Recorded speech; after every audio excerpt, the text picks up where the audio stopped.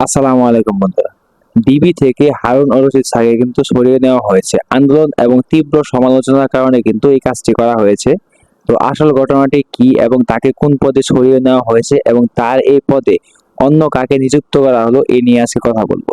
তো আজকে BBC news Bangla এই চ্যানেলটির মধ্যে কিন্তু এই খবরটি কিন্তু প্রকাশিত হয়েছে যে দেশের বিভিন্ন স্থানে বিক্ষোভ সমাবেশ এবং ডিবি থেকে সরিয়ে দেওয়া হলো হারুন অর রশিদকে। তো আমরা যদি এর নিচের দিকে যাই তাহলে কিন্তু আসল খবরটি দেখতে পাই।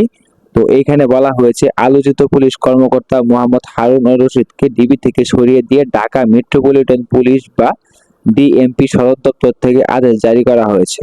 এই ক্ষেত্রে কিন্তু আমাদের হারুন অর রশিদ স্যার কিন্তু ডিবির অতিরিক্ত পুলিশ কমিশনার ছিলেন এবং তাকে কিন্তু এই পদ থেকে সরিয়ে ডিএমপি ক্রাইম এন্ড অপারেশনস এর দায়িত্ব দেওয়া হয়েছে। তো এখন আসি এইখানে নতুন করে কাকে দায়িত্ব দেওয়া হলো। তো এইখানে নতুন করে কিন্তু দায়িত্ব পেয়েছেন অতিরিক্ত পুলিশ কমিশনার আশরাফুজ্জামান। তিনি এতদিন ডিএমপি লজিস্টিক ফিনান্স এন্ড প্রকিউরমেন্টের দায়িত্ব ছিলেন।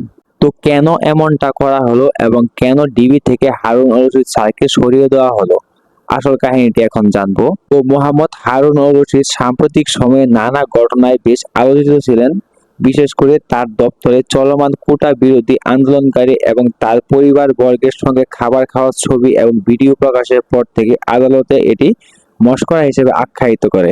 তো বন্ধুরা, আসল কাহিনীটি শুরু হয় কিন্তু কোটা আন্দোলনের মাধ্যমে। কোটা আন্দোলনের যে সমন্বয়ক গুলো আছে তাদেরকে কিন্তু তিনি ধরে নিয়ে তার কার্যালয়ে ডেকে নিয়ে কিন্তু তাদের সাথে খাবার দাবার করেন, তাদের ফোন জব্দ করেন।